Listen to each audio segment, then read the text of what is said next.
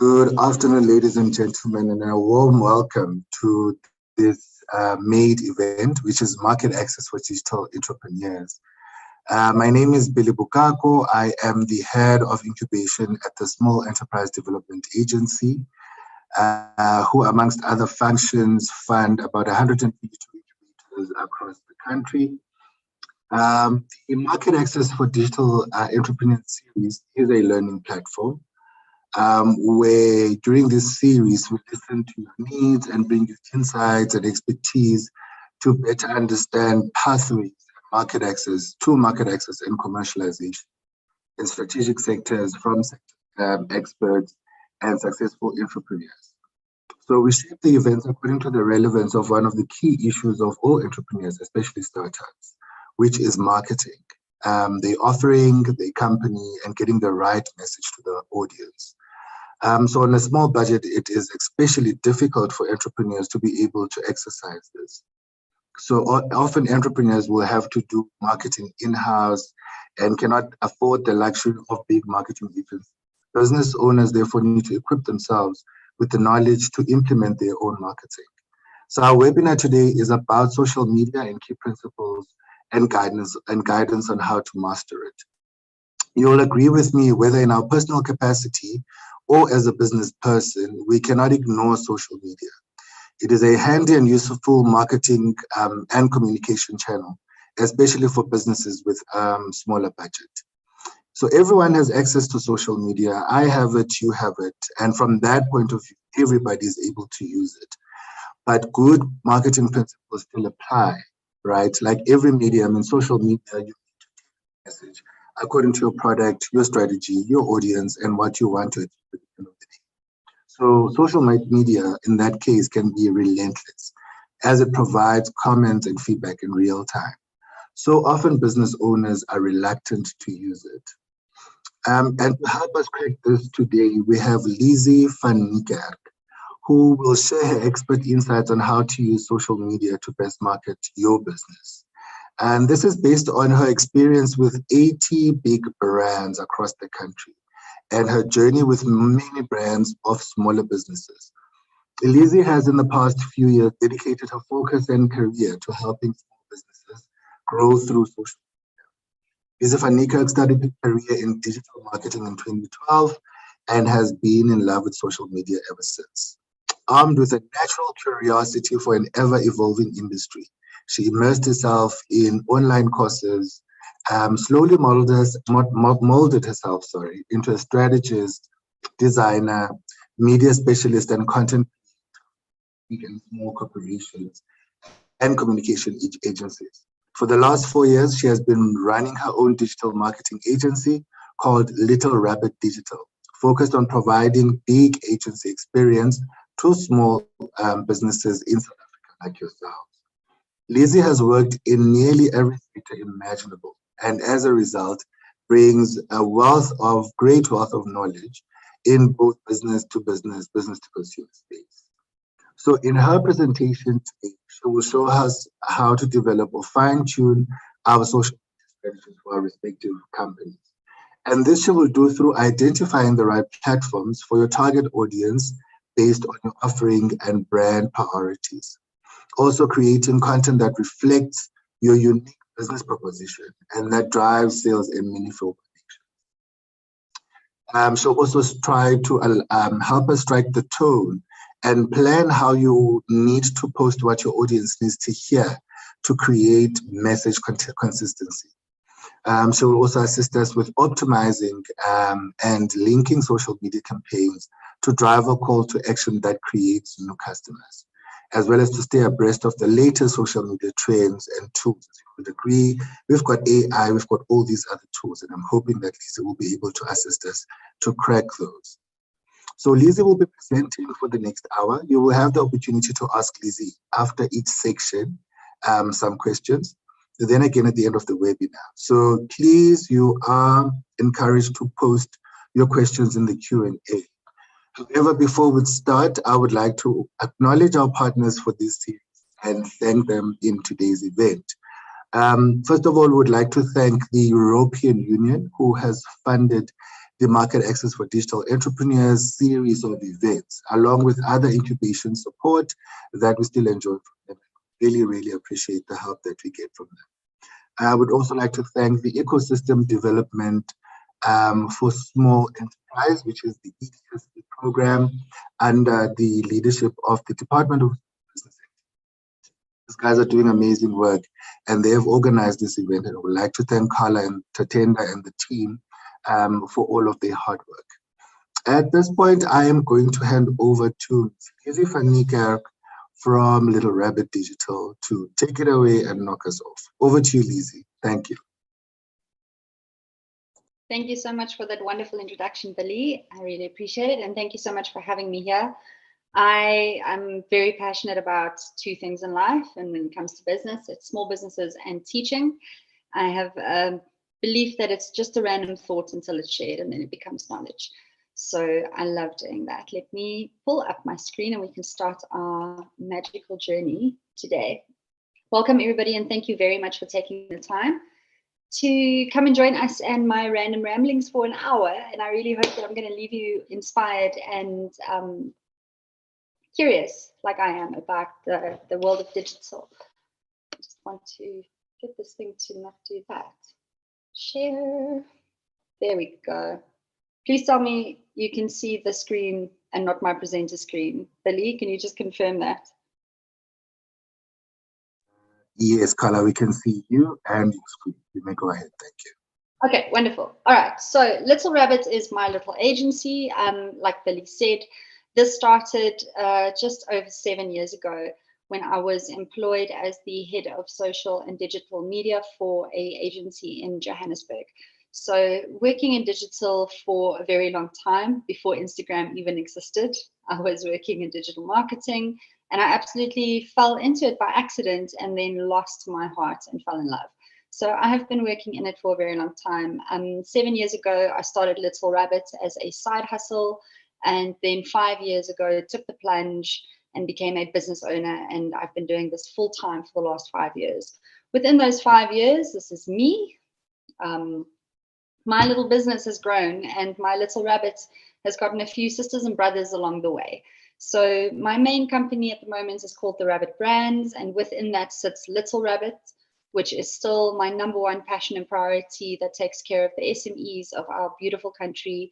I've got Stereo Rabbit, which looks at the entertainment industry, which in itself are little businesses.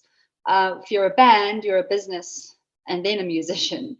So Stereo Rabbit specifically looks at entertainment industry. Clever Rabbit is what I'm doing today. It is sharing my 13 odd years of experience with everybody. I also do consulting, I do training. I am busy working on some really great online courses that I will be launching very soon. And then the latest addition to the burrow is Wild Rabbit.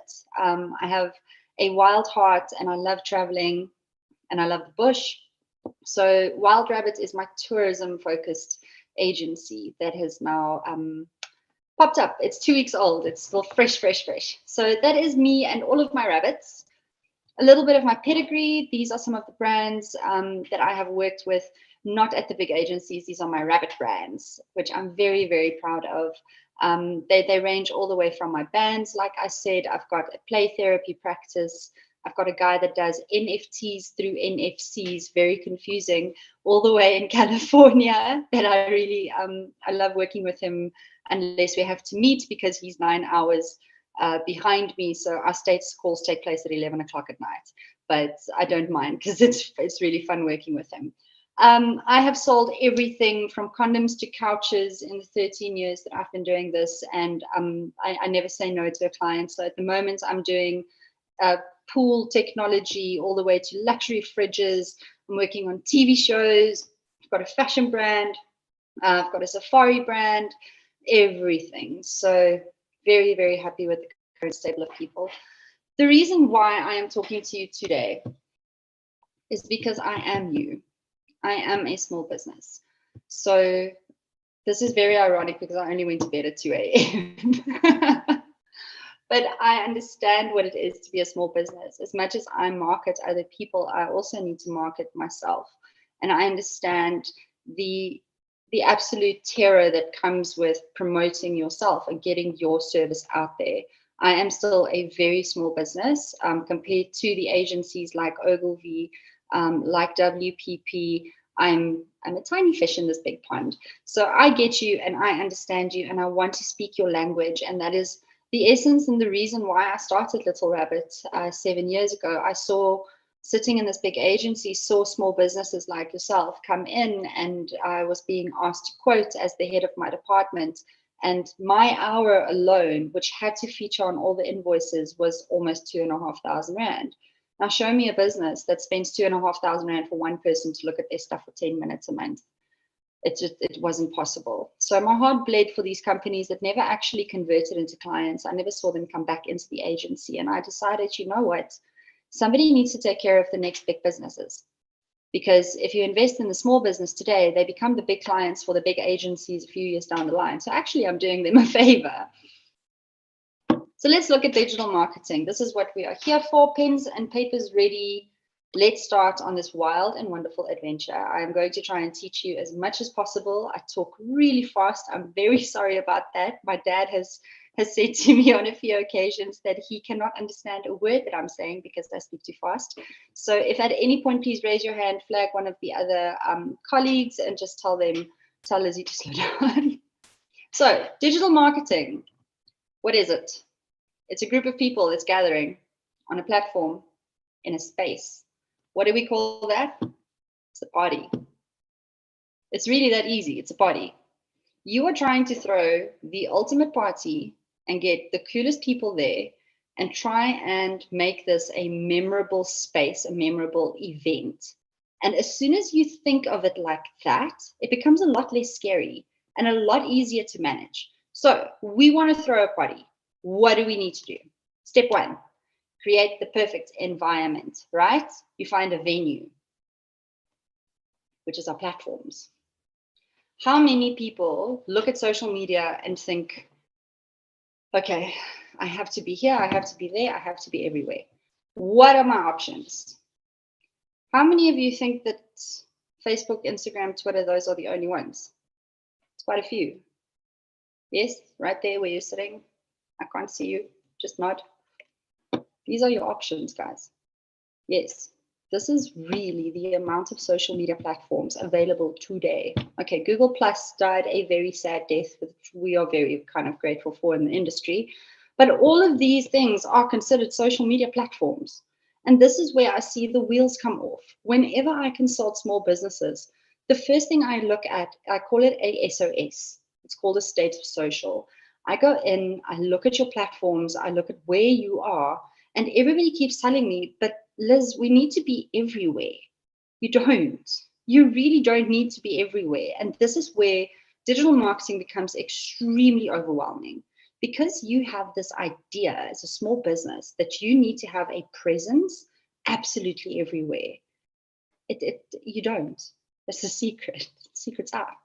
You don't have to be everywhere. And there's a very good reason for it. Some people don't even need a website.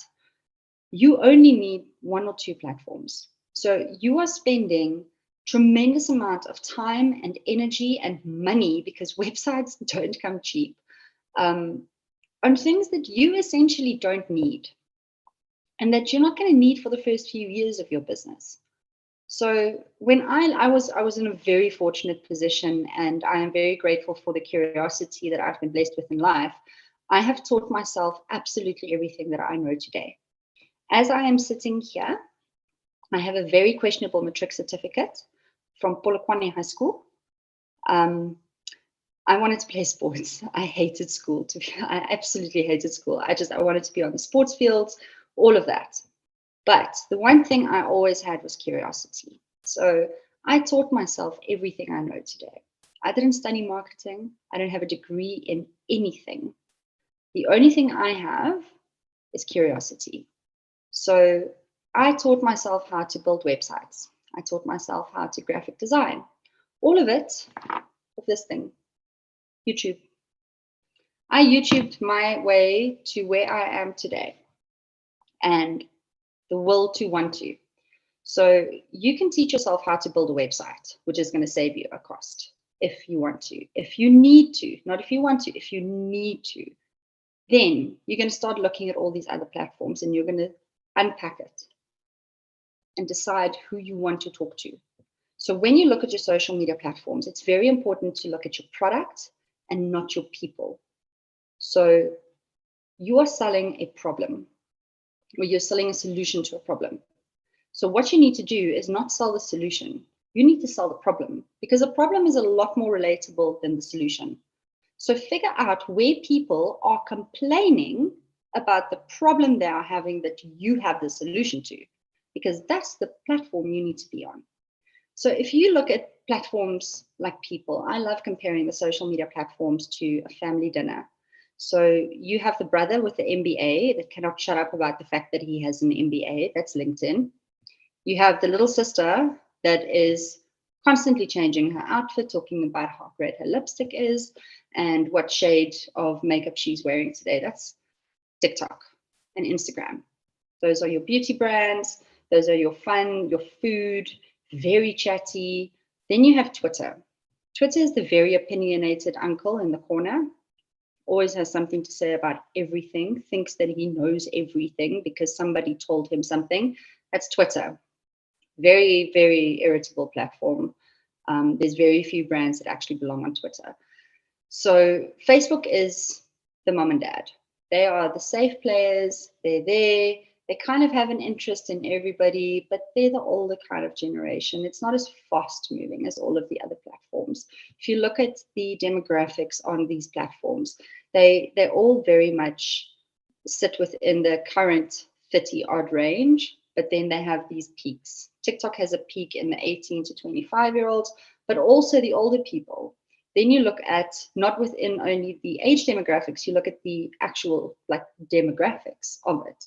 And you'll see that some of the older white people and younger Black people are on TikTok. So that's a very odd combination. Then you look at Facebook and it's only older white people on Facebook. So you need to kind of understand what you are selling, which demographic you would like to reach, and then realize where you need to be. The problem is you're trying to be everywhere and you're trying to say exactly the same thing to everybody. And that is also where small businesses are falling down. I have an analogy that I use when it comes to content being on the wrong platforms. If you are at a 21st or a wedding and your dad gets up and he starts doing the Macarena, you want to die. No, nobody wants to see that. That is what other people are looking at you when your content is on a platform that shouldn't be. It's like, what are they doing here? Why are you invading my space? And immediately, that's what it feels like. It feels like an advert. Now you're invading my space where I am sitting here scrolling nice and calmly, and you are throwing ads at me. Don't do that. So, because I'm a Disney nerd, I love this analogy as well. Pitching up with the wrong content on the wrong platform, it's like trying to comb your hair with a fork. It's really not going to work. Ariel wants to be where the people are, and then she gets there and she starts combing her hair with it. Just cringe. Not going to work. I just employed Gen Z, so I have very colorful vocabulary that includes words like cringe. It's fun. You should get a Gen Z if you don't have one of those. I love her. She keeps me on trend. So when it comes to platforms, kind of final thoughts on platforms. Don't let that be your stumbling block, and don't let that be the reason why you're neglecting your content creation, which is part 2 that we're going to get into now. So looking at your platforms, figure out who it is that you want to reach. Look at the platforms and where you are. If you are your target market, look at the platforms you engage with. I love to call it natural habitat marketing. You have to blend in seamlessly in these platforms. You need to look like you belong there. If you are trying to write short stories with technical explanations on Facebook, it won't work because that's a LinkedIn approach. If you are going to try and do fun, short little videos, but put them on Twitter, it's not going to work. That's a TikTok approach. So you need to understand who it is that's going to be interacting with your content on that platform. And then ask yourself, are those the people that I want to expose my brand to? Are those the people that are going to convert into clients or customers, going to buy my things or not? Understand your platforms, and that is going to like vastly open up your content opportunities and make you think about how you sell your product. If you have a platform that's currently not serving you, close it down. It means it's not working. Don't be afraid to walk away from platforms. I have closed many accounts when I got in for consulting jobs. And the people then got free time focusing on the platforms where their consumers were actually active. So take a good hard look at your platforms and really see if you need to be everywhere, because I can promise you 100% now, if you have 2 out of the 5 big ones, you're good. You don't have to do all 5. And you don't have to have a website when you started out. Because I taught myself how to build websites, I could build my own one-pager just to get it up and running, and it was quite easy. Things like WordPress make it very easy and affordable to put up a one-page. I built my current website in an evening, and it was done. All right. That is part 1. Any questions from anybody?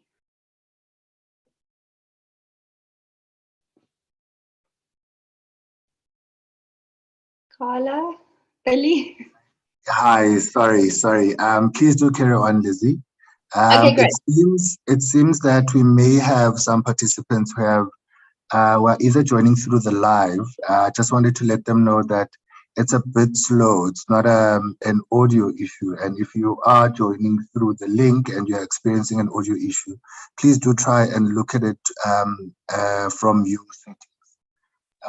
Yeah, please carry on, Lizzie. Thank you. Lizzie, we've got some questions from the audience, right? So this is from Tobeka. How do you prepare your business for the eventuality in which platforms sometimes crash, like Twitter, especially if you're not on all platforms? So what you do if your primary business platform crashes? Yeah, so that's the first question. Then there's a second question from Odidi. Would we consider Tidal a new social media platform, especially now that they are offering live streaming? Just repeat that one. Which platform? Tidal. Oh. Yes. No. Okay, so let's start with the crashing. If Twitter's down for 48 hours max. These people make way too much money to switch off the platforms on purpose. All of us in the industry are holding our breaths for when that happens, but it won't. So if Twitter crashes, everybody's down. So if I can't get to your brand to tell you that it's down, if that makes any sense, if it's down for everybody. But what I can reassure you is these people are making actual billions every day. They will do everything in their power to get these platforms back up as soon as possible. I think the longest we had a blackout was on WhatsApp and Instagram when that went down for, I think it was 17 hours. And I can promise you in 17 hours, nobody's going to look at your brand when it comes back up. All the other platforms are going to talk about is the fact that the other ones are down. It is like a group of old tannies living on a street. The minute the one falls down the stairs, everybody else is talking about that. They're not going to talk about your brand. You're not going to miss out on any opportunities. Wait for that kind of wave to die out. Wait for the Jack Russell to start barking at another leaf, and then go back to business as usual. The platforms, I believe, and this is my humble opinion, I believe the platforms won't go anywhere. So if you invest all of your money into Facebook now, Facebook's not going to die. Facebook's been around forever. So much so that we have people like myself building entire careers hoping that it doesn't go anywhere. But don't worry about crashing. That is the absolute last thing you should be worrying about. These people will make sure that the platforms are back up ASAP, because they lose money when it's not. And they don't lose little money, they lose a lot of money. Then the second one.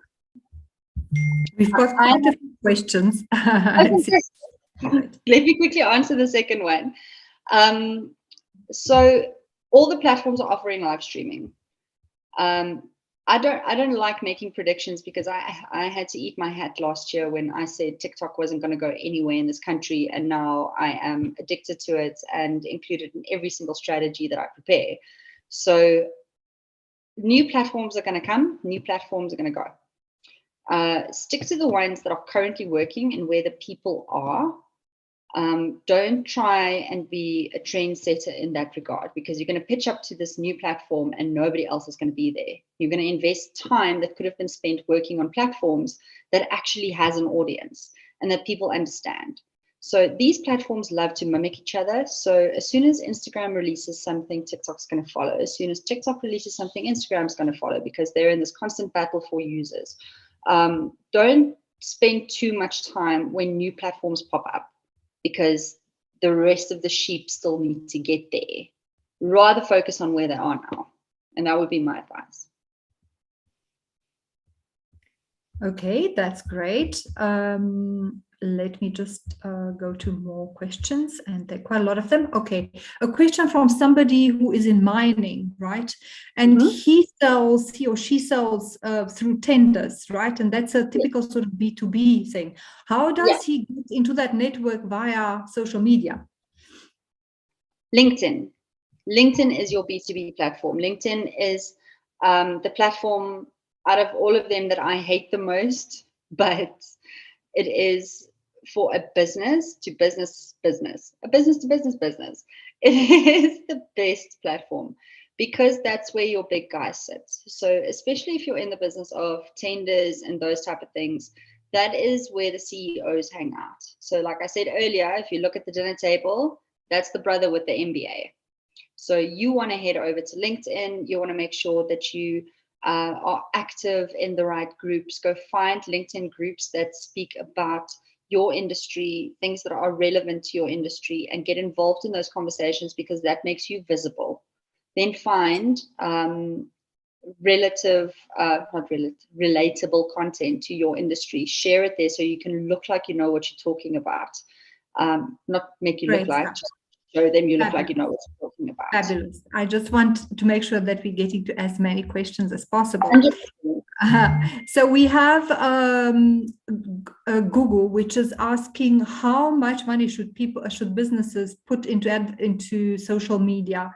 Do they look at other advertising alternatives? I'm going to be touching on adverts in the content section coming up next. Okay. How do you best identify the best suited platforms for businesses? So how do you match the platform to your business? That's quite a question. Yeah. So once again, you look at who's there. Who are the people that are on that platform? Don't decide on behalf of your business who your customers are. Do research and see who they are. Find out how they act, because they're humans. What I absolutely hate, all of these humans in this picture, right, are the same LSM. They are put in the same LSM box because they are all on the same hiking trip, hence why they pretty much all earn the same salary, wada. But do you think the oak on the left supports the same rugby team as the WIM in the middle? Do you think the one is a vegetarian, the other one's not? Do you think they all listen to the same music? They all have exactly the same taste across the board? No. I am the same LSM as my neighbor, yet he drinks Heineken and I drink rum. So we're not the same, and people need to start seeing people as personalities and not demographics.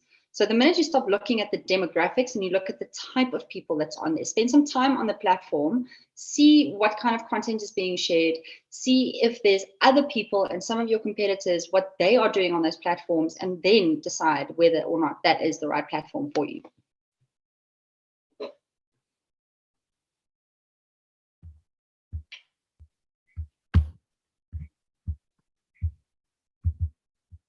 Carla? Hi, Carla. Did she mute herself again, Billy? I think she did. I think, Lizzie, maybe you can carry on and we can save some of these questions for another break. 100%. Thank All you. right. So now we have a room. we have a venue for this party, because what we're trying to do is we're still trying to throw a party, and a party attracts people. So what are we going to do? We're going to build something enticing and meaningful. We're going to put up some balloons. We're going to put a pot plant here. We're going to put out some chip and dip, maybe some music, and we're going to create something enticing. Otherwise, people are going to pitch up to an empty room. So how do you do that? That is your content.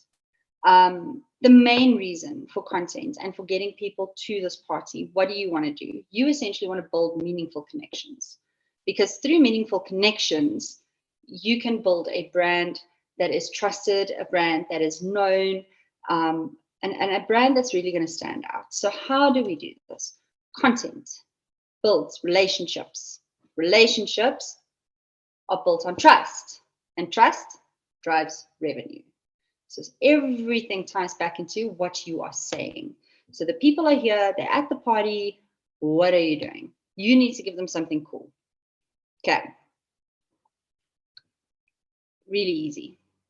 Content is a conversation. A conversation is a connection.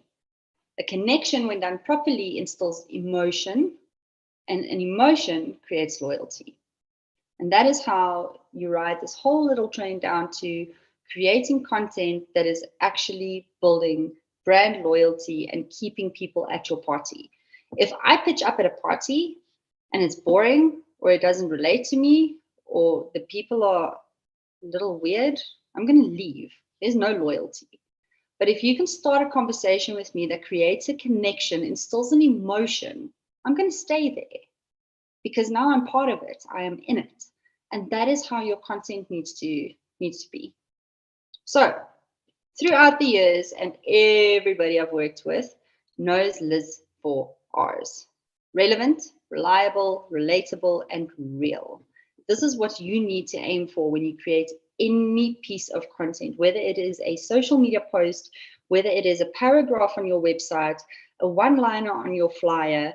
If you can do this in your marketing communication, it'll be a lot easier for your consumers to connect to your brand.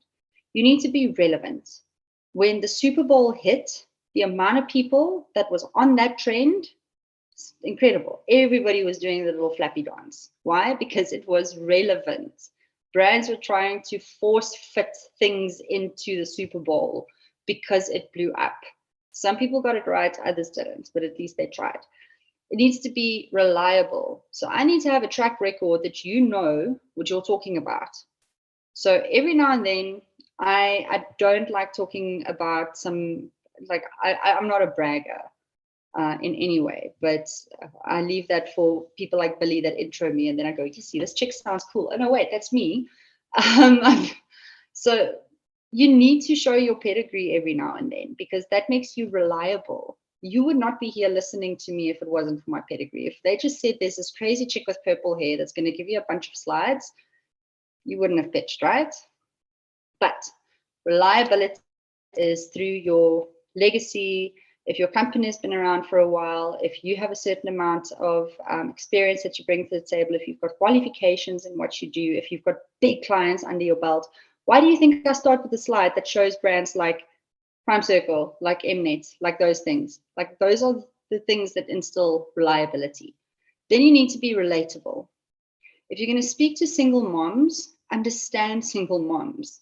If you're going to speak to football fans, speak to football fans and understand them, understand their struggles, understand their problems before you start selling them solutions. Nobody likes a product that is shoved down our throats on technical details and how many grams per what. Like, really make it relatable to me.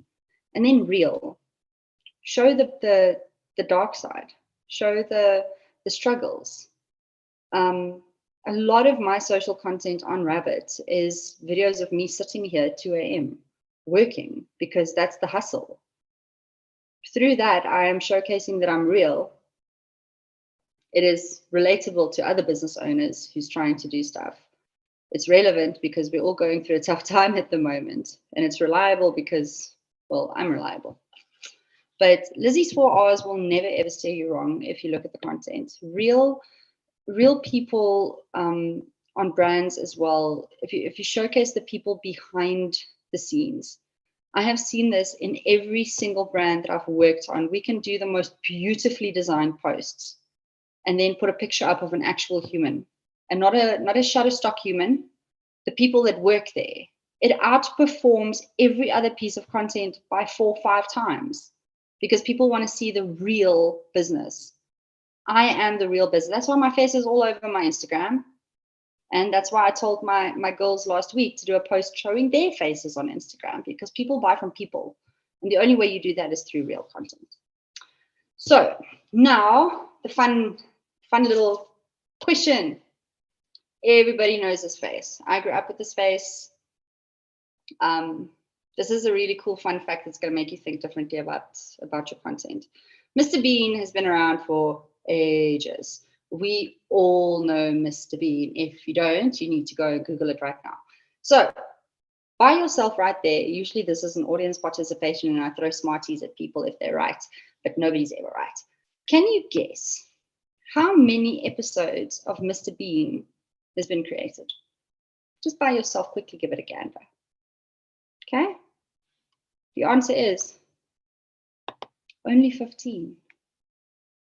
I can sit here and I bet you that most of you were thinking in the hundreds. It must be over 30 or 80 or 100 episodes. No. Mr. Bean has only created 15 episodes, but it was done so well that it makes you think that there was so much more. Why? Because it was relevant, it was real, it was relatable, it was really funny. That should be a 5th R. It was really funny, but it hit those 4 R's perfectly. And that just goes to show you, it is always quality over quantity. When it comes to your content creation, you don't have to put out a post every single day. Everybody listen to me and look at me right here. You don't have to post every day. Please don't. You're spamming people. You can get away with a social media presence of twice a week. Happiness. As long as those 2 posts are properly thought out. And it's not a, oh, happy blue lighter day, happy cupcake day. If you're in mining and you're posting about happy cupcake day, that is neither relevant, relatable, real, or reliable. And it is serving no purpose to your business. It is spam. So if you put out quality content and not just content to make your page look active and busy, you're going to see a drastic improvement in the quality of people that are attracted to your page. Because I'm telling you now, there are 40 Happy Cupcake Day posts popping up on Facebook when it's Happy Cupcake Day. Don't be one of those brands. Look at the things that make you stop on social media. And now we're going back to natural habitat marketing. What are the things that make you stop? What are the things that interest you? Look at how that content is put together, because that is what's going to make you stop. Guess what? The people you are selling to, they're also humans. They also have kids and grandkids and stuff. They are also humans. That's going to make them stop. That's going to interest them as well. So put out less content, but make it impactful.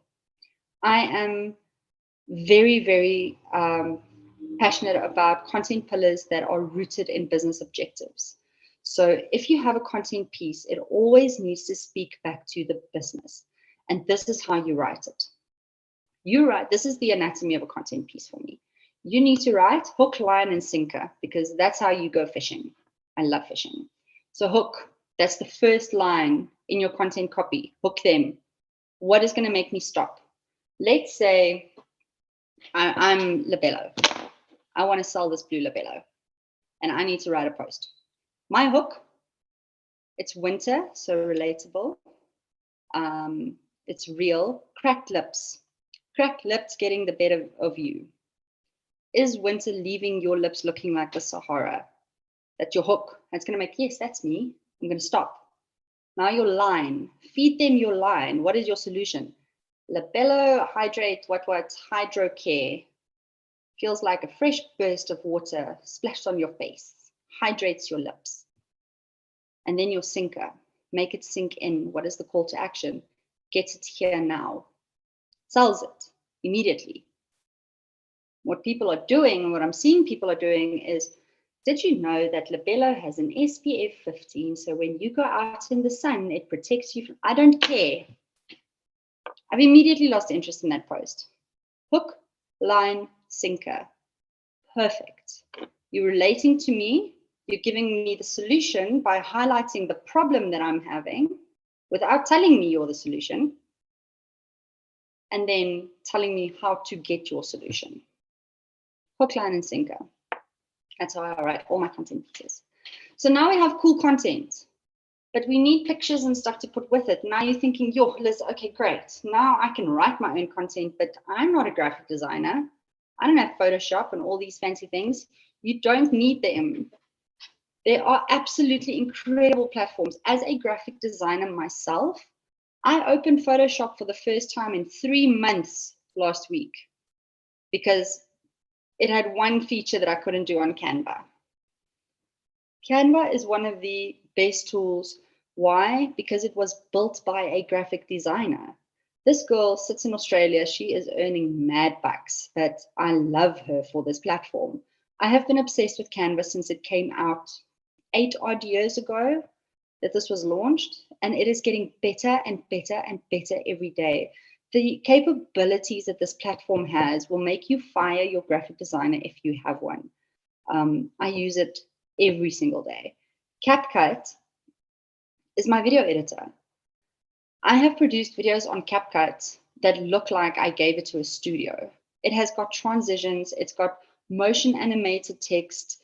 It is really great. You can import sound, you can mix your sound, you can put little fades on it. It is absolutely incredible.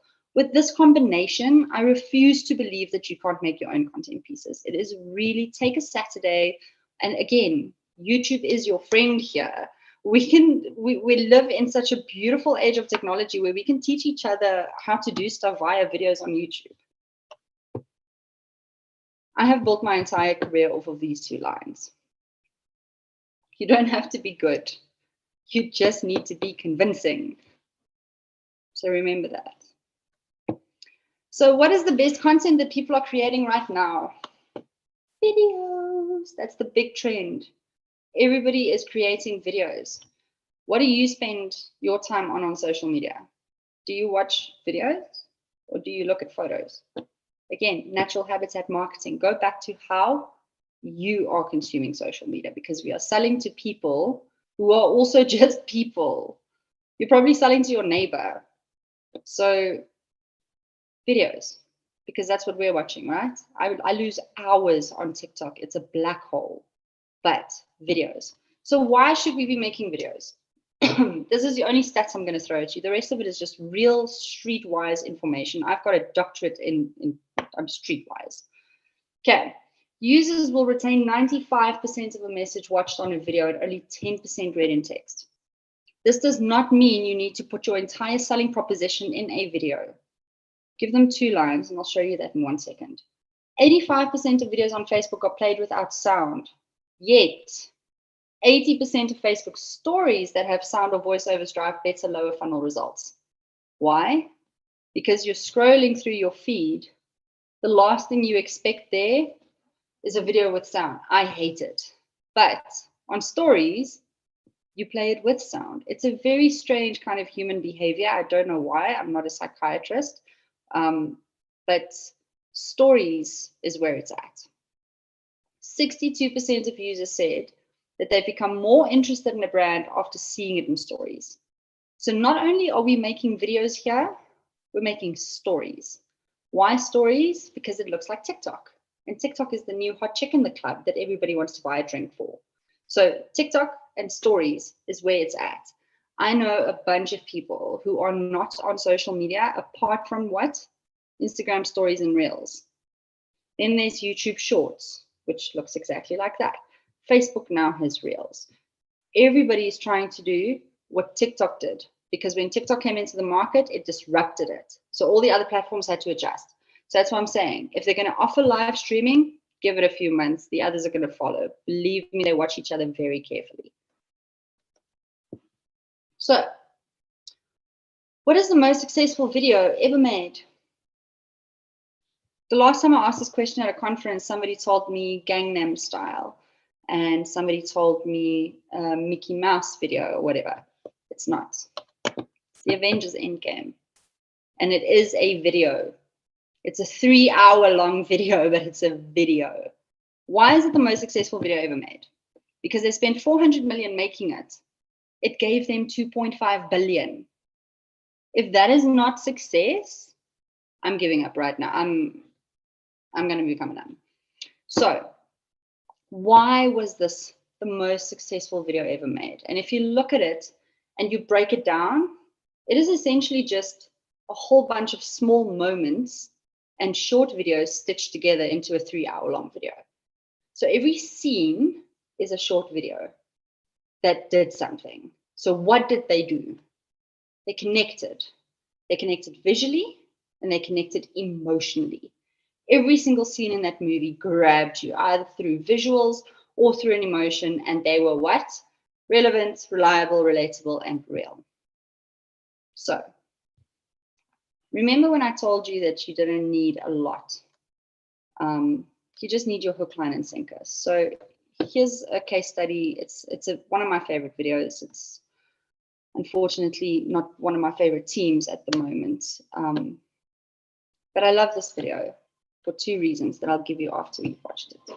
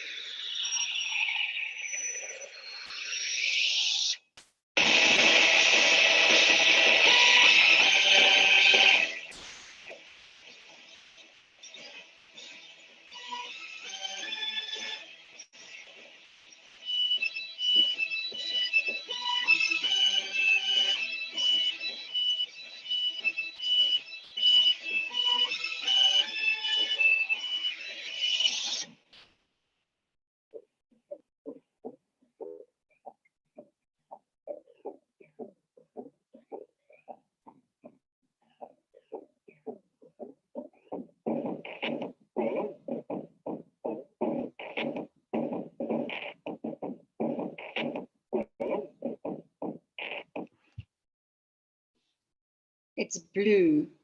What else matters?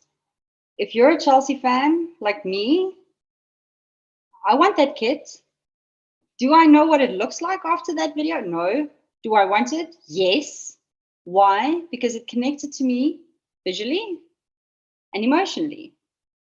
I believe that football clubs have one of the most difficult jobs in marketing ever, because they are selling something. They're selling loyalty.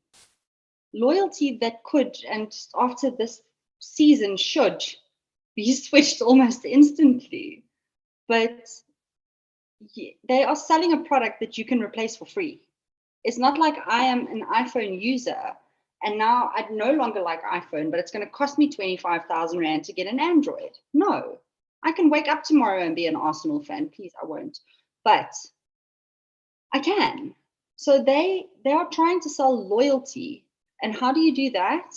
Through emotions. You don't need the big budgets and what that Adidas and Chelsea and Avengers have. Nobody's got 400 million for a marketing campaign. That would be nice. But if you can see how both of these connected emotionally, visually, I mean, you could put somebody in a dark corner and throw blue paint over them, and it would actually be a quite entertaining video to watch. But that is the most important thing to remember when creating content. So, questions on content. We're almost done.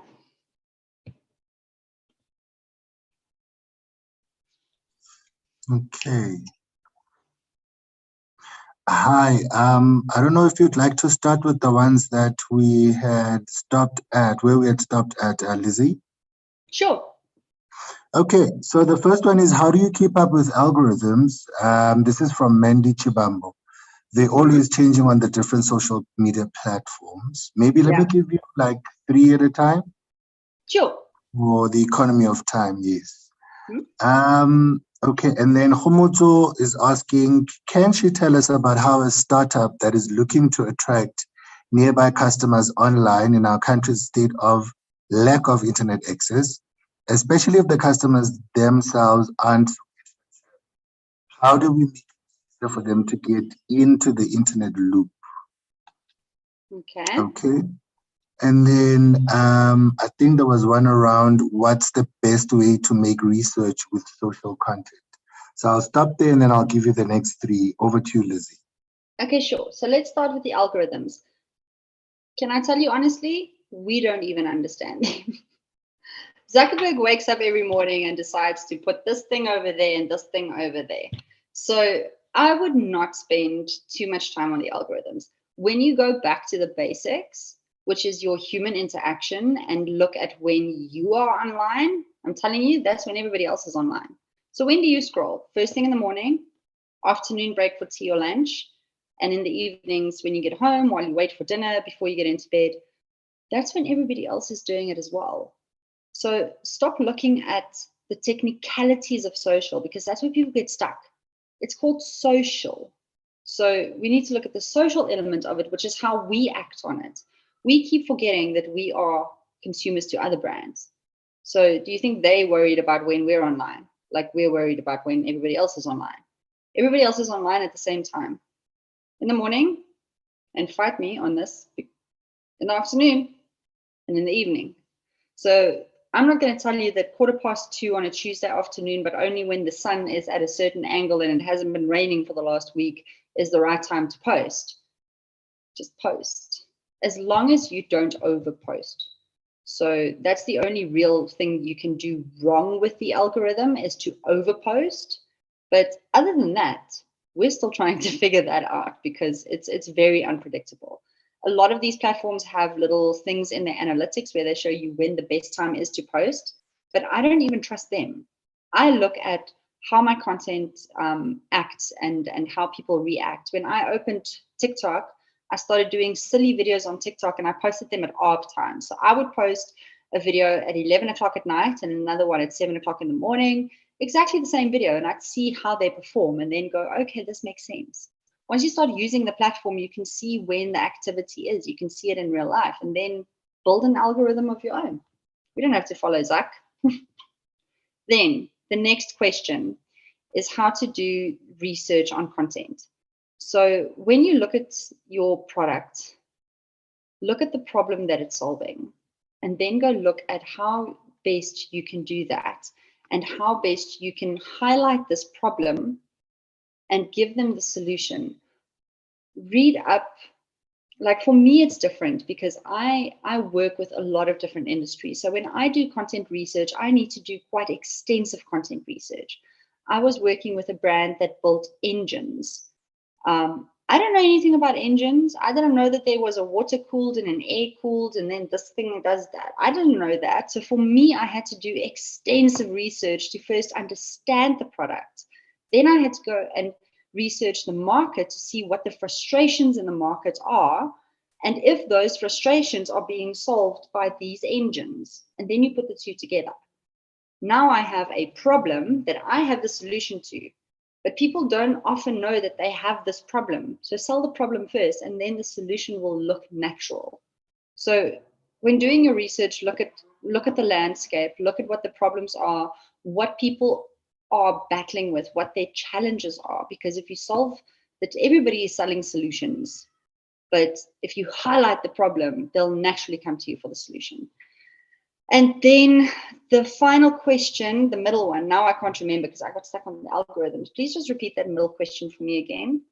Okay, so Homoto is asking if you could tell us about how a startup that is looking to attract nearby customers online, right, who don't have access to internet or are probably not internet savvy, how do you make them get into the internet? Yeah. Okay, so you can adapt your message to them.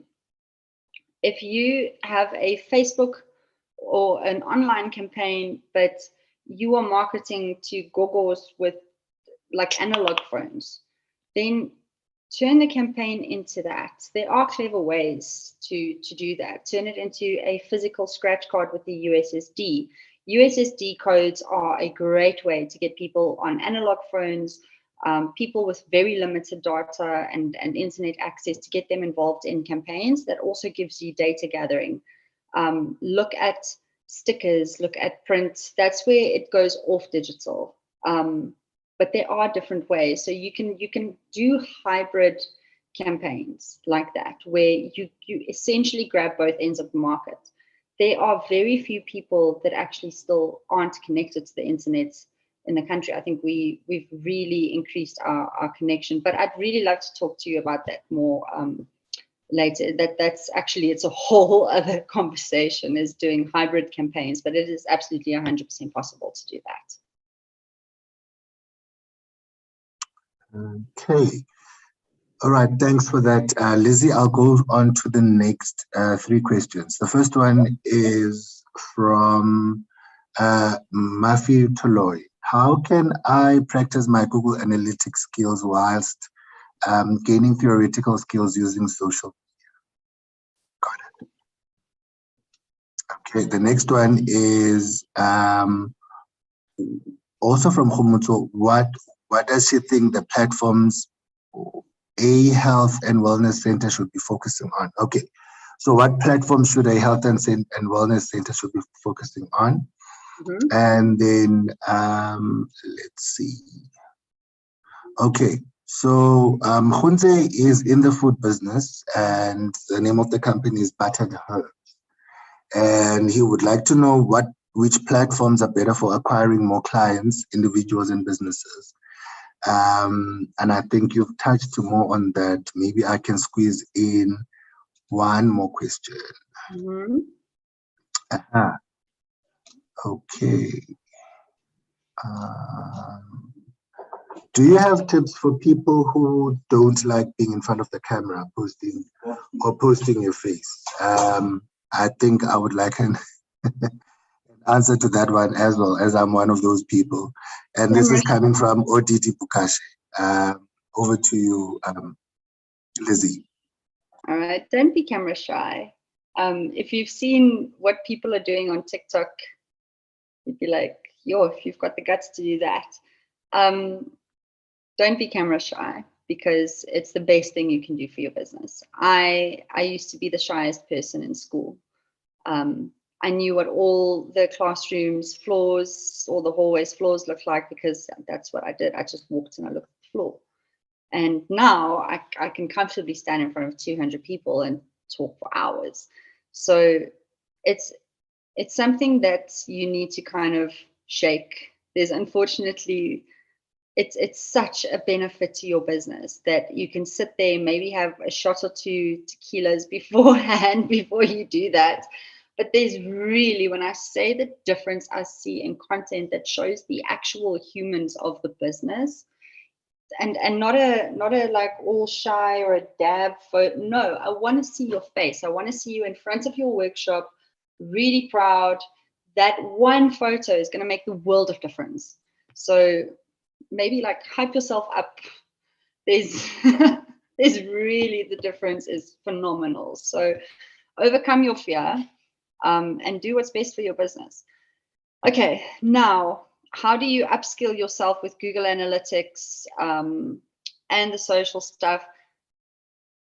Google Analytics is also, it's another beast in itself. It gives you so much information, but you can get analysis paralysis by exposing yourself to too much information, especially Google Analytics. What do you want to see? Focus on the core and the essence of the data. You want to see where people are coming in from on your website, which pages they spend the most time on, and what actually makes them click through to your final call to action. You don't need to see which devices they use and where and how. It gives you so much that you tend to get lost in it. And that's where, again, it feels overwhelming. Look at the data that you need and that is valuable to you, because that's going to save you a whole lot of time.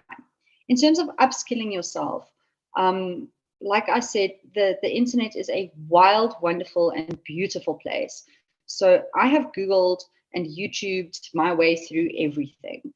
A while ago, I spoke at a e-commerce conference. I'm actually speaking at another e-commerce conference next month as well. And the one guy asked me, why did I build a website on WordPress? And I said to him, to be honest, it was the tool that had the most amount of resources available online for free that showed me how to. So there are a lot of things that you can do in order to upskill yourself.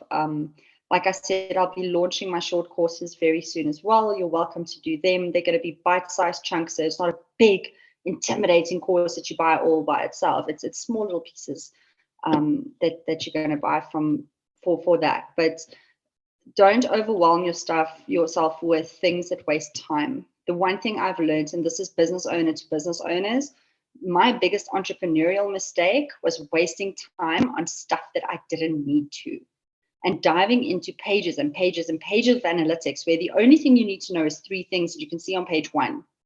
It is wasting time that you could spend on other elements of your business. And then I keep forgetting the middle question, Billy. I start with the last one and then I go back to the first one and then I forget the middle question. Okay, let me go back. And which platforms? Hospitality, medical. Oh yes, food business, yes. Yes. So there's hospitality is 100% Instagram, TikTok. It wasn't hospital, it was medical. So a medical business needs to be on TikTok, trust me, because people are using this platform like Google. Like, something's itchy, what's wrong? People are using social media like Google to diagnose illnesses. It's bizarre. But be on the platforms, but know what you want to put out there. So if you're in the medical field, use TikTok as the informative, short, quick, in and out medical tips. Did you know what? Use Instagram as the warm and fuzzy success stories of like how you've changed something and made it better, or how something was sick and now it's not. And then use Facebook as your informative. We offer services, ba, ba, ba, ba, ba. And that's how you're going to create different content pieces to suit. And that's also very important that I should put a slide in this presentation for that. You create content for the platform. So where you would write longer informative content pieces for LinkedIn, you're going to write very emotive, warm and fuzzy, beautiful content for Instagram. For Reels, it's going to be either uplifting, informative, or funny. It's the same with TikTok. So look at the platform and what the other content pieces are that people are putting out there, and mimic that. Instead of trying to do very informative, hi, my name is Dr. What, and I will be talking to you about the correct hair care procedures for, it's not going to work on TikTok, because that's not what the other people are doing on TikTok, and that's not what you're watching on TikTok. Natural habitat marketing. Keep going back to what you are consuming, because that is what other people are going to consume. Just insert your products into there.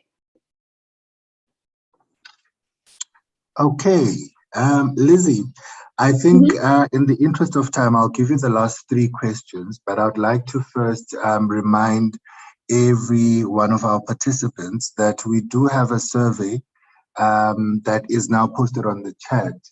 Please, please, please, please do fill in the survey. This is how we know the impact of the work that we do. And this is where we also get brilliant ideas in terms of what is the need or the gaps out there with our entrepreneurs. So kindly take the survey, and I will reveal at the end of Liz's presentation a nice surprise for you if you do that. So before I hand over to you, Lizzie, I'll just read out the last 3 questions, and then we can wrap up and look at the rest of the questions afterwards. I've got 5 slides left, Billy. So do you want me to wrap up the last 5 slides? And then we can spend the rest of the time Q&A. Yeah, sure. We could do that. I'll hand over back to you. Okay, great. So we're heading back to this party, right? We're still throwing this epic social media party. So what's next? We have a room full of people. We've got music blaring. We've got some guacamole on the table. Everything's great. Now we need them to stay there. We've attracted these people. We've given them something awesome, but now we need to get them to stay. So how do you do that? These are the types of content pieces that you put out, and how you kind of act with, how you interact and act with them. So utility is very important. When I scroll through a feed, the content I remember the most is the ones that either taught me something or gave me something in terms of a new way of thinking or a life hack of some sort. So be a utility. Utility content is very important. Give them something. Then you entertain, because I'm going to remember that you made me laugh. Inspire them, because that's going to make them come back. I have pages that I follow purely because I know on a bad day, I can open that page and 3 posts in, I'm going to feel better because it's got really beautiful inspirational content. And then listen to them. The amount of people that talk to the community but never listen. So on Empire, I was extremely fortunate when I was in the agencies. I worked on Fox Africa, the TV channel, alongside, they also had Nat Geo. So I did Nat Geo and Fox. And I was at Fox Africa in the time of Empire, the big TV show.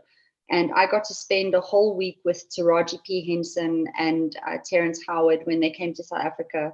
I think this was in 2013 odd. It was phenomenal. She's the most incredible human alive. I love her. But what we did with that campaign is we listened to the fans that was talking about the show every single week. And we started those conversations and we built that relationship with them, which ensured that they came back to us every single week to watch the show. And then we invited them to come and have lunch with Taraji to kind of to say thank you, not incentivize. They didn't know this. It was a complete surprise and delight. But we had that relationship where I picked up the phone. They first thought that I didn't look the way that I did, because I was interacting with this very kind of hip hop style show. So they expected something completely different. But they pitched up at this lunch and they were so grateful. And you know what? They loved the brand forever, because we had that pre-existing relationship with them where we spoke to them every single week and we said, hey, it's almost Empire time. Are you joining us tonight? And then when Empire was finished, we'd expose them to the rest of our content on Fox. So sad it was the Empire finale tonight, but did you know Scream Queens are starting and it's really great. So maybe give it a try while we wait for the new season. So listen to them, see what they want. It's going to make it a lot easier when it comes to crisis control. So when it goes bad, you have an army of people that are already so loyal to you, and you've built a relationship to, that they sort out the rest of the people that are coming on there to complain. So if somebody's complaining about something, you'd often find that your community is managing itself and you have a self-sustaining community because you've put that effort into it, and you've given the people a reason to stay at your party. If anybody comes in and goes, "Oh, this song sucks," somebody will jump in and go, "Don't worry, they'll play something nice in a few minutes. I've heard this playlist before." Or the guacamole is finished. Check the back cupboard. There's more in there. You'll have that community of people that are already in this living room having a jaw. So anybody coming in won't stand a chance. Okay, I have a quick case study. So Skydive Pretoria was a client of mine. I can't remember, it was just before COVID. And as much as they tried to throw me out of this perfectly working airplane, in the 2 years I worked with them, they couldn't convince me once. I'm petrified of this. So they're this great skydive company in Pretoria. And when I took over their content, we did exactly that. We created relatable and shareable content pieces that both educated and enticed people. So their number one business objective, get people in plane to throw them out at 15,000 feet. That plane had to take off on the weekends as much as it possibly could. That was the main business objective. So when I sat down with them, I said, let's show people that it's safe. let's look at the kind of barrier to entry here, which is, for me, I'm going to die. So show me how I'm not going to die. And through this, we had short videos with some of the instructors. We had testimonials of people doing it, which created that FOMO. We had beautiful shareable content, which then created brand awareness.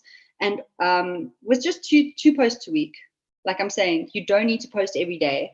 2 posts a week on both their platforms, which was Facebook and Instagram, and a little bit of an updated look and feel that immediately popped off the pages when you saw it. We saw a record 37 takeoffs in one weekend from one promoted post. I spent 300 Rand on that post. Not 3,000, not 300,000. 300 Rand on one promoted post. And she phoned me that Sunday or the Monday, and she said, my plane has never taken off this much in one weekend. Because the content was good, and we understood our audience well enough to know who we should spend that one tiny 300 Rand budget on.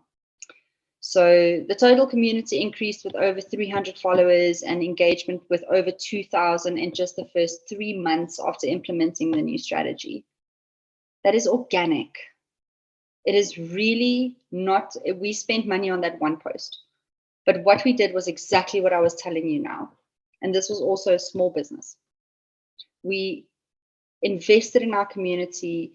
We did the proper platform research, and we spent time on creating content that was not only shareable, relatable, and easily kind of connected to people, but it showcased business objectives. It was rooted in business objectives. So that was my quick recap.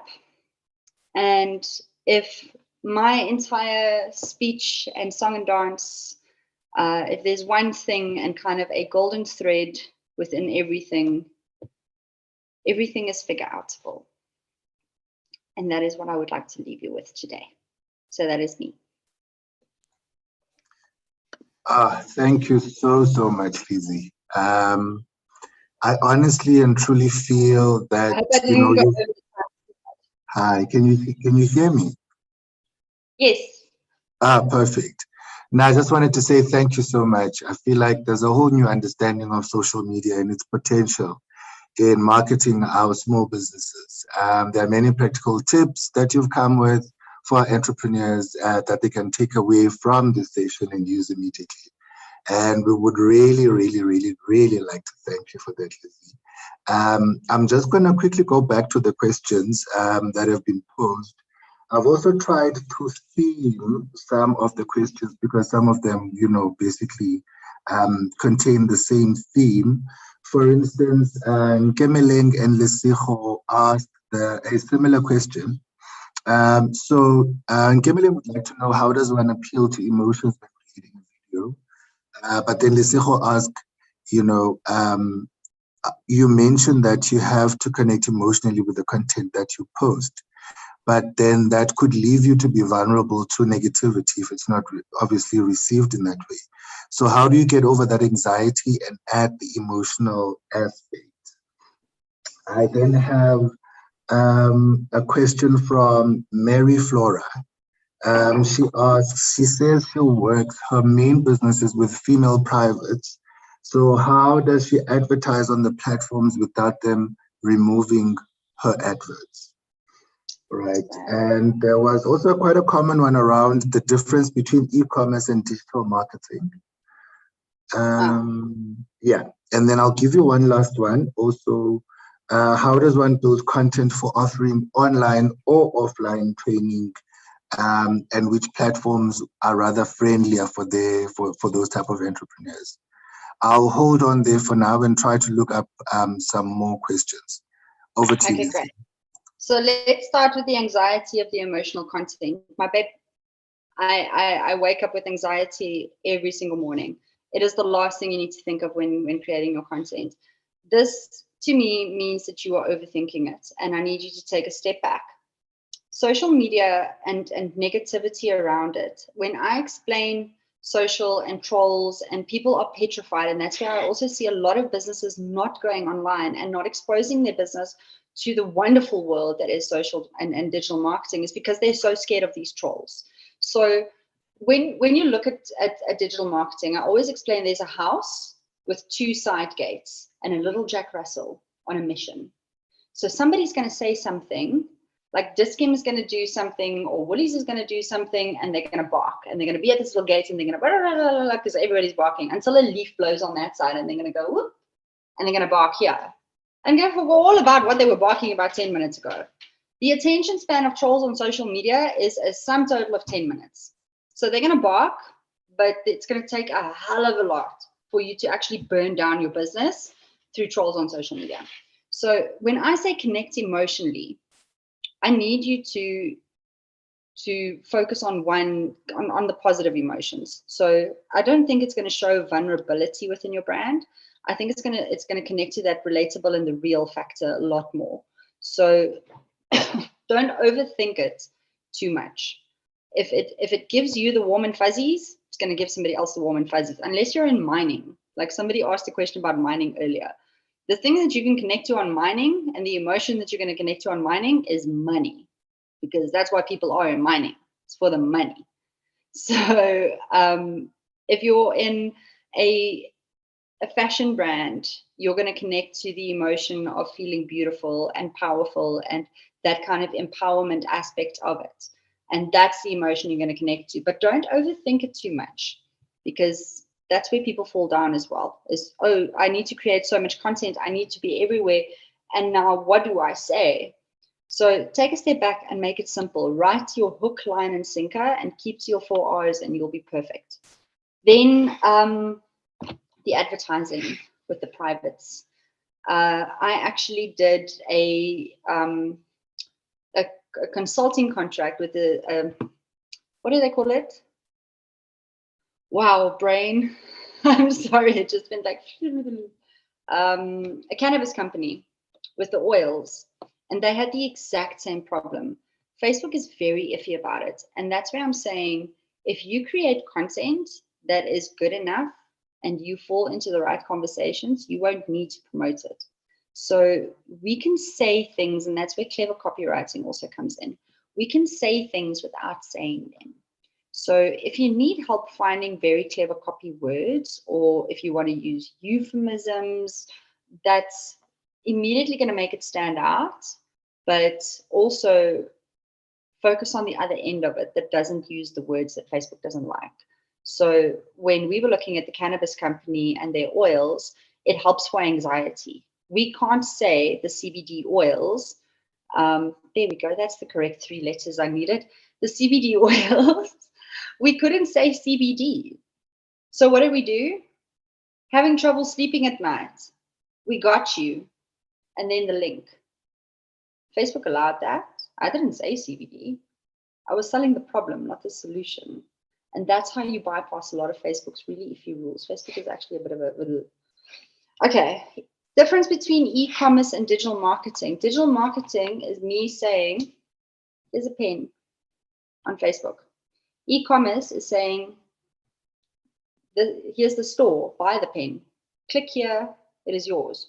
So you'll have a post that says, click here to buy now. That's digital marketing. Then you click the button and it goes to the online store, which is Takealot, essentially. That's e-commerce. So the Takealot website is e-commerce. Facebook, digital marketing. But you can send people to e-commerce from digital marketing. You should. Then, training platforms. Which platforms are best for training? All of them. Because people everywhere, the one thing we all have in common is we want to learn new stuff.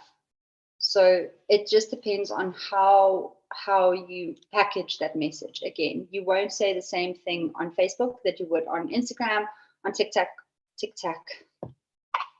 because I saw my TikToks, TikTok and LinkedIn. So if you package it correctly, all the platforms, education and training is one of those things that people want to see everywhere and that people everywhere are interested in. So I would say all of them. Thank you so much. I'll squeeze in two more questions and then we'll wrap it up. Okay, the one question that I have here is Snapit good for startups? And the other one is from an agricultural entrepreneur. So they always see people asking for fresh produce or beef on Facebook, and they're asking on how they can leverage that. And maybe one last one, bonus one, what is the difference between boosting a post and creating a paid advert? Those are the last two questions for the day. Okay, just quickly, Billy, is what good for startups? The first question, I didn't hear the... I think it's a platform, I've never heard of it, but it's called Snapit. No idea. And then what's the difference between boosting and? Boosting a post and creating a paid advert. Oh, it's exact same thing. So boosting, you get people that say boost, and then you get people that say promote, and then you get people that say add. It's exactly the same thing. The only difference is you can do it in two ways. So when you boost a post, if you want to get down to the technicalities of it. So boosting a post is when you spend money on it to promote it. That is what you do in the front end. So on your actual Facebook feed, you'll see a little button that says boost. That is like the Ads Manager Lite. That's like Coke Light, but you want the good stuff. That's decaf coffee. It's still going to taste like coffee and it's still going to promote your post, but it's very limited when it comes to targeting. So it is very, sorry, I just saw Violet's thing. It's very effective to boost a post if you do it right. So promoting a post or setting up an advert is what you do in the Business Manager back end. That opens up a whole new world of possibilities for you. So you can either boost the post or you can promote the post. It's exactly the same thing. People just call it different things. Then quickly, the how to manage the endless requests for food and things in agriculture. I believe I'm understanding that question right, because I could see it happening. If you have an agricultural, unfortunately, we do live in a country where people physically starve to death. So they would go to Facebook pages asking for food. I would say, work that into your campaign. Make a campaign out of it and become a company that cares. If you do a giveaway once a month and people know that on the last Monday of every month, this guy gives out a 200 Rand spa voucher, or I've seen incredible success with giving away grocery vouchers, and not for a lot of money. It's a 200 or a 300 Rand grocery voucher. Turn that into a campaign and see how you can turn your content. So if it's in agriculture, I'm trying to just figure out exactly what kind of agriculture thing this is to give you a kind of a free campaign idea on my exit here. But if you look at how you can use the community and the people there to add value to your business, and please, everybody listen to me very, very carefully. If this is the only thing you write down from the last hour that I've spoken, we are not allowed to use like and share this post to enter this competition. We are not allowed to do that. It goes against every single Facebook policy for competitions. It is seen as phishing, and it's called, what do they call it? They throttle. They essentially, there's a shadow ban. They shadow ban your page. So they throttle your organic engagement. They won't close it. Facebook will never close it. They're not that dramatic. But you will see a nosedive in your organic stats, and it's going to take months to build that back up, because Facebook immediately picks up those keywords, like and share this to enter. And they go, this guy's phishing. If it was that easy, everybody would be doing it. Do it the proper way. So don't do competitions where you say like and share this to grow your community, because the end results are, it's terrible. It's essentially going to give your page an STD that you're going to have to deal with for months afterwards. So please don't do that.